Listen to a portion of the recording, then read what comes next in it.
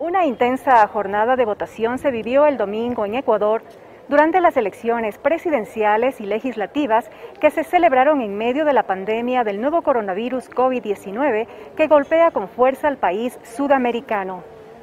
Desde tempranas horas y a lo largo del día se registraron masiva afluencia de electores en los exteriores de los recintos de votación, mientras policías y militares controlaban el aforo para evitar aglomeraciones.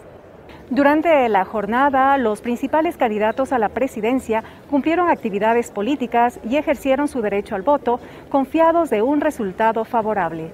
La expectativa es grande, considerando el nivel de fragmentación política en el país y problemas sociales no resueltos por el gobierno saliente.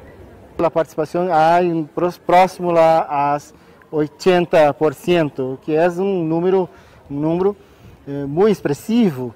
En todas las elecciones en pandemia, la ausencia es muy alta y 80% es un comparecimiento masivo. Hay mucha desesperanza, mucho pesimismo, ¿no es cierto? Y eso, se puede traducir en que el nuevo gobierno tendrá que recomponer un tejido social absolutamente quebrado, absolutamente roto y sobre todo asegurar gobernabilidad de una sociedad altamente polarizada.